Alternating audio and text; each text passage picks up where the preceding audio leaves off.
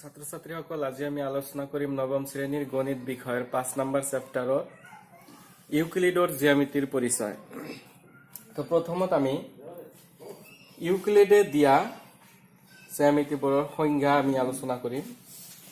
সংজ্ঞাত 1 নম্বৰত আমি আলোচনা কৰিম বিন্দু। এই সংজ্ঞাত দিয়া আছে ইয়াৰে বিন্দু, ৰেখা,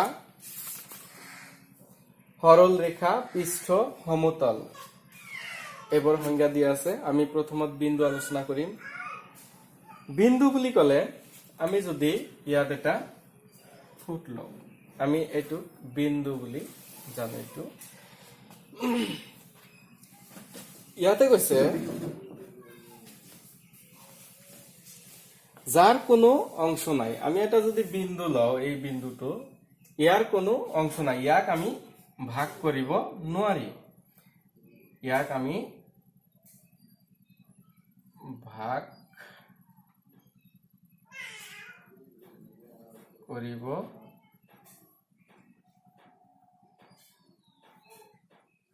নোৱাৰি। যাৰ কাৰণে কৈছে বিন্দুৰ কোনো অংশ নাই। এডাল সৰল ৰেখাৰ মূৰ দুটাই হৈছে বিন্দু। আমি যদি এটা সৰল ৰেখা লওঁ, এইটো এটা ধৰি লৈছো আমি সৰল ৰেখা, এইফালৰ পৰা এই মূৰটো আমি যদি লওঁ আৰু এইফালৰ পৰা এই মূৰটো, তেতিয়াহ'লে এই মূৰ দুটা বিন্দুত পৰিণত হৈছে। অৰ্থাৎ ৰেখাৰ দুফালে থকা দু মূৰত এটা এটা বিন্দু।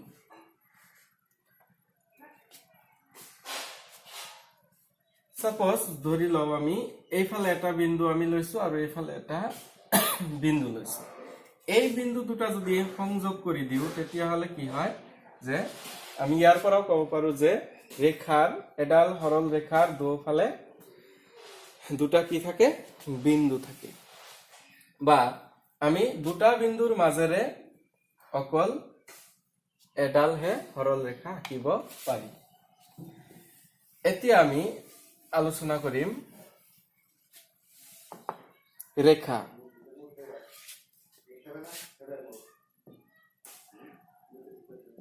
ৰেখা ৰেখা বুলি কলে ৰেখা হৈছে প্ৰস্থহীন দিশ। ৰেখা প্ৰস্থহীন দিশ। যদি আমি এডাল ৰেখা লৈছো, এইটো এডাল ৰেখা, ইয়াৰ কি নাই, প্ৰস্থ নাই, ইয়াত অকল দিশহে আছে। এইটো আমাৰ দিশ। ইয়াত যদি প্ৰস্থ থাকিলেহেঁতেন তেতিয়াহ'লে আমি আৰু এটা ইয়াতে ৰেখা থাকিলেহেঁতেন, এনেকুৱা থাকিলেহেঁতেন। কিন্তু ইয়াত এইটো আমাৰ প্ৰস্থ হয় আৰু এইটো দিশ। কিন্তু আমাক ইয়াতে কৈছে যে এডাল ৰেখা প্ৰস্থহীন দিশ, অৰ্থাৎ ৰেখাৰ কোনো প্ৰস্থ নাই, ইয়াৰ অকল দিশ থাকে। তেনেকুৱা এইটো। আকৌ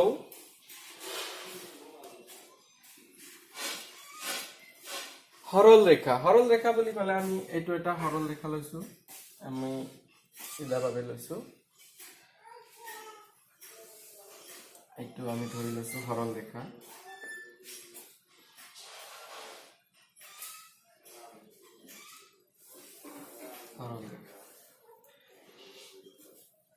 এডাল সৰল ৰেখা হৈছে এনে এডাল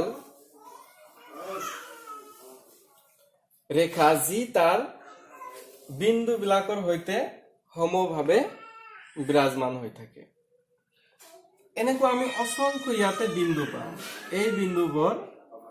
এই বিন্দুবোৰ সংযোগ হৈ সমভাৱে সংযোগ হৈ এডাল সৰল ৰেখা গঠন হৈছে। ইয়াতে যদি আমি এনেকৈ বিন্দু লওঁ, এই বিন্দুবোৰ যদি আমি সংযোগ কৰি দিওঁ, তেতিয়াহ'লে ইয়াত এই বিন্দুবোৰেৰে এটা সৰল ৰেখা আঁকিব পাৰি। তো সেইবাবে কোৱা হৈছে ইয়াত থকা বিন্দুবোৰ বা সৰল ৰেখাত থকা বিন্দুবোৰ সমভাৱে বিৰাজমান হৈ থাকে। আকৌ কোৱা হৈছে পৃষ্ঠ।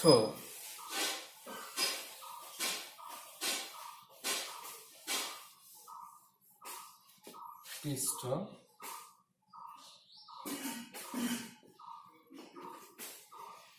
পৃষ্ঠ কি আছিল পৃষ্ঠ হৈছে হেয়া যাৰ কেৱল দিক আৰু প্ৰস্থ থাকে যদি আমি এইটো এটা ধৰি লৈছো আয়তাকাৰ পৃষ্ঠ তো এটা আয়ত ইয়াত কি থাকে দিক থাকিব এইটো দিক আমাৰ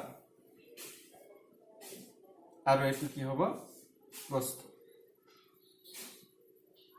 যাৰ কাৰণে কোৱা হৈছে পৃষ্ঠত কি কি থাকে দিক থাকে আৰু প্ৰস্থ থাকে আৰু এটা আছে সমতল সমতল হৈছে এখন তল যি তাৰ ৰেখাবোৰৰ সৈতে সমভাৱে বিৰাজমান হৈ থাকে আমি ধৰি লৈছো এই বৰ্ডটো এটা সমতল ইয়াত থকা ৰেখাবোৰ অৰ্থাৎ এইফালৰ এইটো এইফালৰ এইটো এইফালৰ এইটো আৰু এইফালৰ এইটো কি হৈছে ইয়াতে প্ৰতিটো বিন্দুই সংযোগ হৈ সমভাৱে বিৰাজমান হৈ এটা সমতল গঠন হৈছে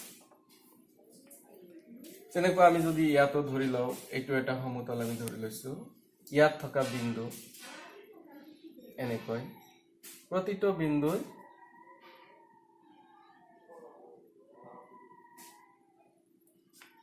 ইয়াৰ ৰেখাৰ লগত সমভাৱে বিৰাজমান হৈ আছে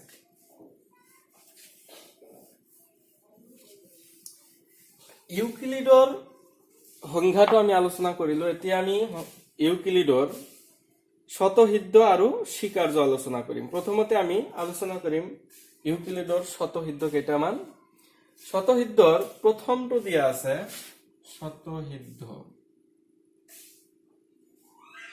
শতসিদ্ধ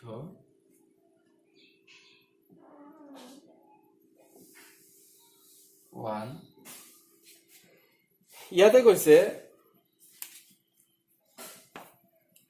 এটা বস্তুৰ সৈতে সমান বস্তুসমূহৰ এটা আনটোৰ সৈতে সমান ইয়াত কৈছে এটা বস্তুৰ সৈতে সমান বস্তুসমূহৰ এটা আনটোৰ সৈতে সমান আমি যদি ধৰি লও এইটো এটা বৰ্গ ইয়াৰ কালি দিয়া আছে আমি ধৰি লৈছো 10 মিটাৰ স্কয়াৰ আৰু ইয়াতে যদি আমি এটা ত্ৰিভুজ লও ইয়াৰো কালি আমি পাইছো ধৰি লও 10 মিটাৰ স্কয়াৰ এতিয়া আমি যদি ইয়াতে এটা আয়ত লও ইয়াৰো কালি আমি ধৰি লৈছো 10 মিটাৰ স্কয়াৰ ইয়াত চোৱা বৰ্গৰ কালি আৰু ত্ৰিভুজৰ কালি সমান আমি পাইছো আকৌ ত্ৰিভুজৰ কালি আৰু আয়তৰ কালিও আমি ইয়াতে সমান পাইছো গতিকে আমি ইয়াৰ পৰা ক'ব পাৰো যে বৰ্গৰ কালি আৰু আয়তৰ কালি সমান এইখিনি ইয়াতে কোৱা আছে শতসিদ্ধ 2 নম্বৰত আমি পাম ইয়াতে কৈছে সমান সমান বস্তুৰ লগত একে সমান বস্তুৰ লগত একে সমান বস্তু যোগ কৰিলে যোগফলবোৰ সমান হয় যদি আমি সমান বস্তুৰ লগত একে সমান বস্তু যদি যোগ কৰি দিও তেতিয়া হলে আমি কি পাম এটা সমান বস্তুই পাম 3 নম্বৰত দিয়া আছে সমান বস্তুৰ পৰা একে পৰিমাণে বিয়োগ কৰিলে বিয়োগফল কি হয় সমান হয় যদি আমি সাপোজ ধৰি লৈছো ইয়াতে 1 minus 1 কিমান হ'ব শূন্য বা ইয়াতে যদি 1 মাইনাস আছে এইটো এইফালে যদি আমি সমান এইফালে লও কি হ'ব 1 এইটো সমান হল যদি আমি 2 minus 2 কৰো কিমান হ'ব শূন্য 4 minus 4 কৰিলে কিমান হ'ব শূন্য গতিকে একে সমান বস্তুৰ পৰা যদি আমি সমান বস্তুটো বিয়োগ কৰো তেতিয়া হলে দুটা কি হয় সমান শতসিদ্ধ 4 আহিব 4ত কৈছে জীৱৰ বস্তুৰ এটা আনটোৰ লগত সম্পূৰ্ণৰূপে মিলি যায় সেইবোৰ পৰস্পৰ সমান যেনেকুৱা আমি ধৰি লৈছো এটা বৰ্গ এইটো এটা আমি ধৰি লম বৰ্গ এইফালে আমি এটা বৰ্গ আঁকি লৈছো, এইটো এটা বৰ্গ।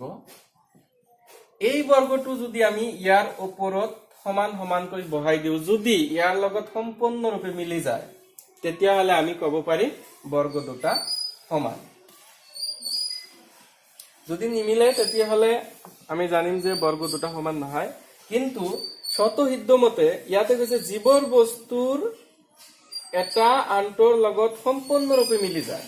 অৰ্থাৎ আমি যদি এই বৰ্গটো ইয়াৰ পৰা আনি ইয়াৰ ওপৰে ওপৰে যদি বহাই দিও, বহাই দিয়াৰ পিছত যদি সম্পূৰ্ণৰূপে এই বৰ্গটো ইয়াৰ লগত মিলি যায়, তেতিয়াহলে আমি কব পাৰিম এই দুটা পৰস্পৰ সমান। এতিয়া শতসিদ্ধ 5, শতসিদ্ধ 5ত কৈছে যে সম্পূৰ্ণ বস্তু এটা তাৰ অংশতকৈ ডাঙৰ। সাপোজ ধৰি লৈছো এইটো এটা বৃত্ত, সম্পূৰ্ণ বৃত্ত। ইয়াতে আমি দুটা অৰ্ধবৃত্ত লৈছো।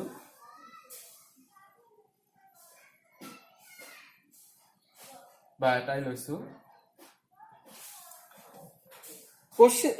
শতসিদ্ধ মতে ইয়াতে কৈছে সম্পূৰ্ণ বস্তু এটা, এইটো এটা সম্পূৰ্ণ বৃত্ত, এইটো আমাৰ অৰ্ধবৃত্ত।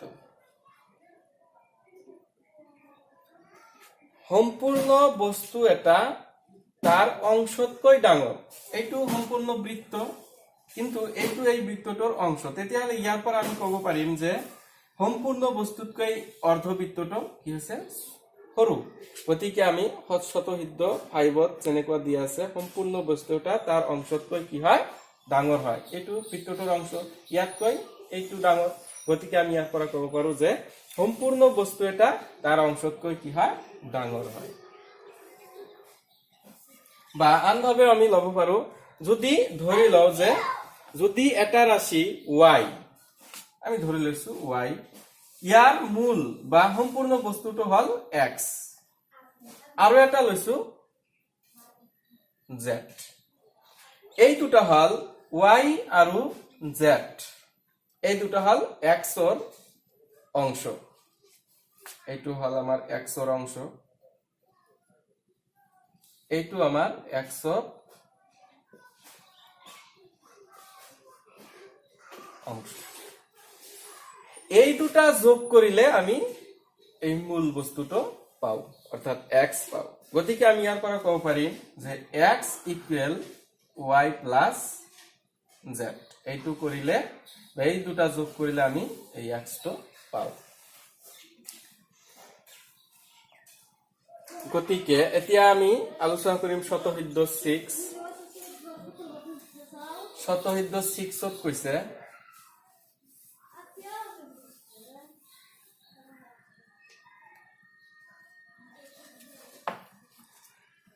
দিয়া আছে জীৱৰ বস্তু একে বস্তুৰ দুগুণ তেনেবোৰ বস্তু পৰস্পৰ সমান। কি কৈছে যে জীৱৰ বস্তু একে বস্তুৰ দুগুণ, সিহঁত পৰস্পৰ সমান।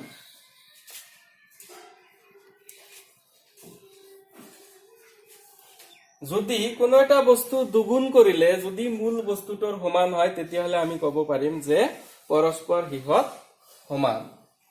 শতসিদ্ধ 7ত কৈছে জীৱৰ বস্তু একেবৰ বস্তুৰ আধা, জীৱৰ বস্তু একেবৰ বস্তুৰ আধা তেনেবোৰ বস্তু পৰস্পৰ সমান। যেনেকুৱা সাপোজ ধৰি লৈছো এইটো এটা বস্তু, ইয়াক যদি আমি সমান সমানকৈ আধা আধা কৰি দিও, তেতিয়াহলে এই দুটা যদি আমি যোগ কৰি দিও, তেতিয়াহলে আমি মূল বস্তুটো পাম। এইটো আমাৰ ইয়াতে কৈছে ইহত, অৰ্থাৎ এই দুটা আৰু এইটো পৰস্পৰ কি হব সমান।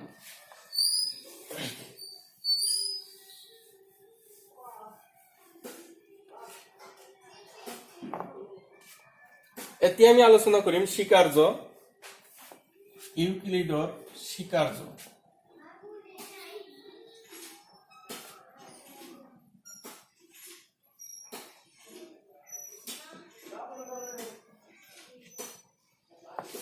স্বীকাৰ্য 1 অনত কি দিয়া আছে জীৱৰ যিকোনো এটা বিন্দুৰ পৰা আন যিকোনো এটা বিন্দুলৈ সৰল ৰেখা টানিব পাৰি আমি যিকোনো ভাবে দুটা বিন্দু লম এইটো এটা বিন্দু আমি এইফালে এটা বিন্দু লৈছো এই বিন্দু দুটা যিকোনো ভাবে আমি ইয়াতে লৈছো এইটো এটা বিন্দু আৰু তোমালোকে এইফালেও লব পাৰা বা এইফালেও লব পাৰা এইটো মচি দি আমি এইটো লৈছো যদি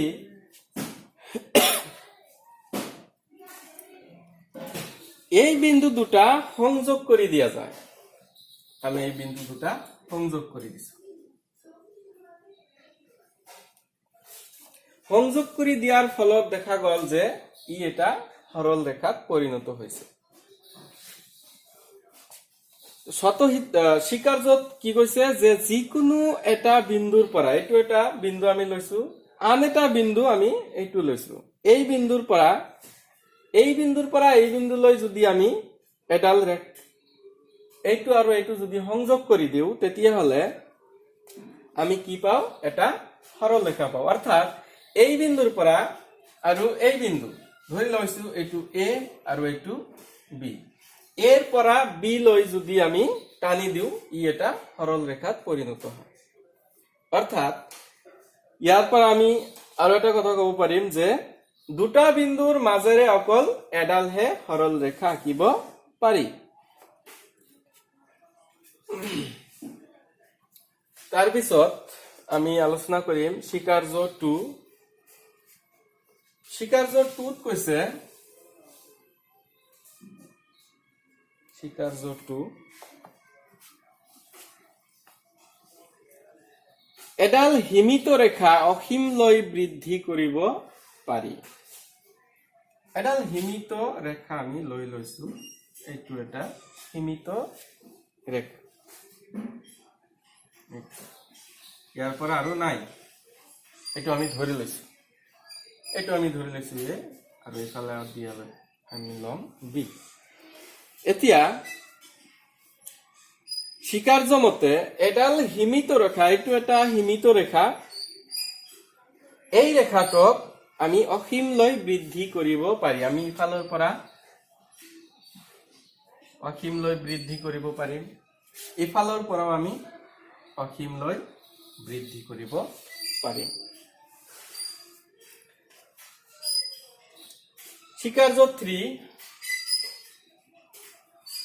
স্বীকাৰ্য 3 কৈছে যিকোনো এটা বৃত্ত যিকোনো কেন্দ্ৰ আৰু যিকোনো ব্যাসাৰ্ধলৈ আঁকিব পাৰি এটা বৃত্ত যিকোনো কেন্দ্ৰ আৰু যিকোনো ব্যাসাৰ্ধলৈ আঁকিব পাৰি সাপোজ আমি ধৰি লৈছো এইটো কেন্দ্ৰ বা আমি ইফালেও লব পাৰো ইফালেও লব পাৰো নিজৰ ইচ্ছামতে যিকোনো ঠাইত এটা কেন্দ্ৰ লৈ আমি যিকোনো ভাবে নিজৰ ইচ্ছামতে ব্যাসাৰ্ধ লৈ বৃত্ত আঁকিব পাৰি আমি যদি এইটোৰ কথা কও যদি আমি ধৰি লৈছো ব্যাসাৰ্ধটো ইয়াৰ ব্যাসাৰ্ধ আমি ধৰি লৈছো 3 সেন্টিমিটাৰ কৈ লৈছো ইয়াৰ পৰা আমি 3 সেন্টিমিটাৰ লৈ এটা বৃত্ত আঁকিব পাৰিম ইয়াত আমি ধৰি লৈছো 2 সেন্টিমিটাৰ ব্যাসাৰ্ধ এইটো আমাৰ 3 সেন্টিমিটাৰ ইয়াতে আমি ধৰি লৈছো 2 সেন্টিমিটাৰ আছে ইয়াৰ পৰা আমি বৃত্ত আঁকিব পাৰিম ইয়াত আছে আমাৰ 2 সেন্টিমিটাৰ ইয়াত আমি সেম ধৰি লৈছো 4 সেন্টিমিটাৰ ইয়াৰ পৰা আমি ধুনীয়াকৈ বৃত্ত এটা আঁকিব পাৰিম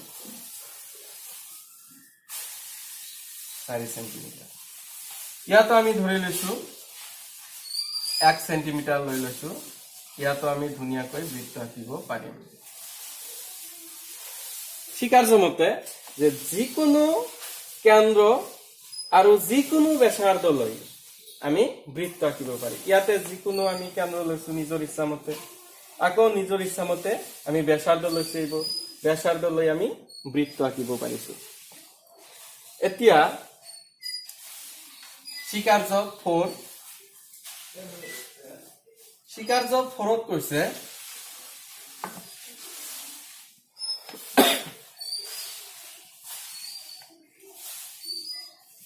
সকলো সমকোণ পৰস্পৰ সমান। সকলো সমকোণ পৰস্পৰ সমান। এতিয়া যদি আমি সমকোণ মানে যি কোণৰ মাপ কি হয় 90 ডিগ্ৰী হয়, যিবোৰ কোণৰ মাপ 90 ডিগ্ৰী হয় তাক আমি সমকোণ বুলি জানো। গতিকে আমি এইটো এটা লৈছো, এইটো এটা সমকোণ, এইটো এটা সমকোণ, এইটো এটা সমকোণ। ইয়াত থকা প্ৰতিটো কোণ কি হৈ আছে 90 ডিগ্ৰীকৈ হৈ আছে। তেতিয়াহ'লে ইয়াৰ পৰা আমি ক'ব পাৰিম যে সকলো সমকোণ পৰস্পৰ কি হয় সমান।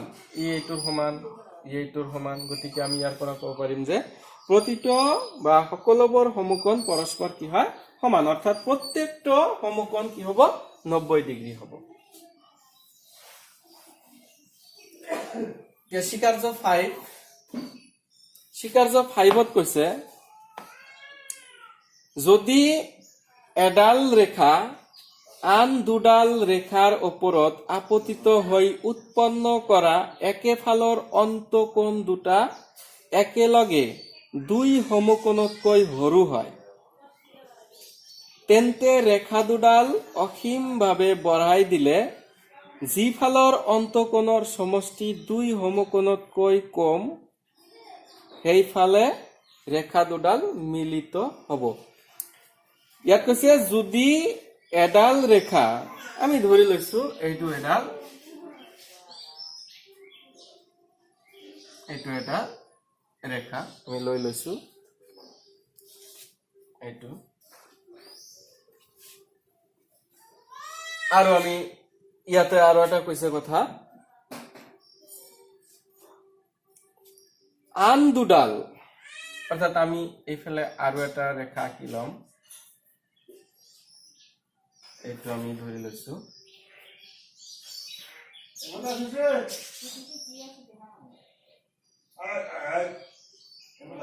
আমি এইটো ধৰি লৈছো পি, এইটো কিউ, এইটো আমি ধৰি লৈছো আৰ, এইটো এছ,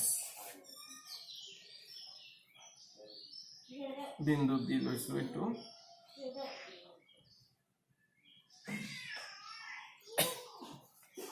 এই ৰেখা দুডালৰ ওপৰত যদি আন এডাল ৰেখা লোৱা যায়, আমি ধৰি লৈছো এইটো এডাল ৰেখা আমি লৈ লৈছো,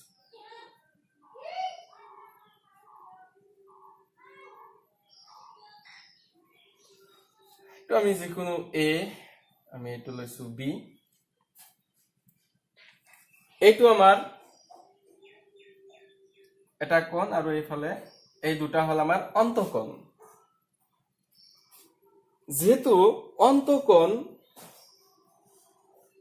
এই কোণটো আমাৰ দুই সমকোণতকৈ, দুই সমকোণ অৰ্থাৎ 180 ডিগ্ৰী, ইয়াতে গোটেইখিনি মিলি কি আছে 180 ডিগ্ৰী আছে। গতিকে এই কোণটোৰ মান দুই সমকোণতকৈ কি হয় কম, আৰু এইটো দুই সমকোণতকৈ কম। এই দুটা যদি যোগ কৰি দিয়া যায় তেতিয়াহলে হ'ব আমাৰ, এইটো আমি ধৰি লৈছো 1, এইটো 2, এই দুটা যদি যোগ কৰি দিয়া যায় তেতিয়াহলে হ'ব angle 1 plus angle 2 equal 180 degree. ইয়াতে কৈছে যে এই কোণটো আৰু এই 1 আৰু 2 এই দুটা কোণ হল আমাৰ অন্তকোণ। এই দুটা কোণৰ মান বা এই কোণটো যিটো আছে এই কোণটো আমাৰ দুই সমকোণতকৈ কম, এইটো 2 এংগেল 2 এইটো আমাৰ দুই সমকোণতকৈ কম, অৰ্থাৎ এই দুটা কোণ যিটো আছে আমাৰ অসীমভাৱে, এই ৰেখাটো যদি এই ৰেখাটো আৰু এই ৰেখাটো যদি আমি অসীমভাৱে এইফালৰ পৰা আৰু এইফালৰ পৰা যদি বঢ়াই দিওঁ তেতিয়াহলে এই ৰেখা দুটাই এইফালে আহি আমাৰ এটা বিন্দুত আহি মিলিত হ'ব। এইটো আমাৰ ইয়াতে কৈছে যদি এডাল ৰেখা আন দুডাল ৰেখাৰ ওপৰত আপতিত হৈ উৎপন্ন কৰা একেফালৰ অন্তকোণ দুটা একেলগে দুই সমকোণতকৈ সৰু হয় যদি একেলগে দুই সমকোণতকৈ সৰু হয় দুটাই অৰ্থাৎ এই কোণ আৰু এই কোণ যদি এই কোণ আমাৰ দুই সমকোণতকৈ কম এইটো আমাৰ দুই সমকোণতকৈ কম যদি কম হয় আৰু তেন্তে ৰেখা দুডাল অসীমভাৱে যদি যি ৰেখাত কোণ উৎপন্ন কৰিছে সেই ৰেখা দুডাল যদি অসীমভাৱে বঢ়াই দিয়া যায় তেতিয়াহ'লে যিফালে অন্তঃকোণৰ সমষ্টি দুই সমকোণতকৈ কম অৰ্থাৎ এইফালে আমাৰ কি আছে দুই সমকোণতকৈ কম আছে দুটা কোণেই গতিকে যদি আমি এইফালে অসীমভাৱে বঢ়াই দিও তেতিয়াহ'লে অৰ্থাৎ আমি এইফালে যদি এনেকৈ বঢ়াই দি থাকো আৰু এইফালৰ পৰা যদি আমি এনেকৈ যদি বঢ়াই দি থাকো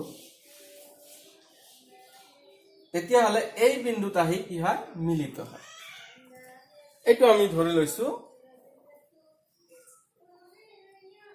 সি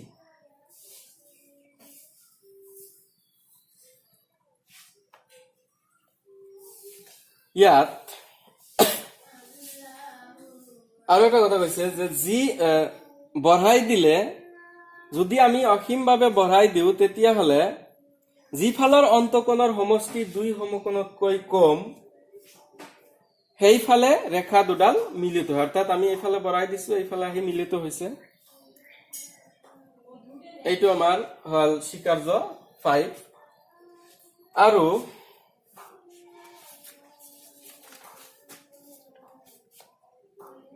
এইখিনি তোমালোকে ভালকৈ ঘৰত পঢ়িবা স্বীকাৰ্য স্বতঃসিদ্ধ সংজ্ঞা এইবোৰ পঢ়িবা আমি অহাকালি 5.1 অনুশীলনীটো আৰম্ভ কৰিম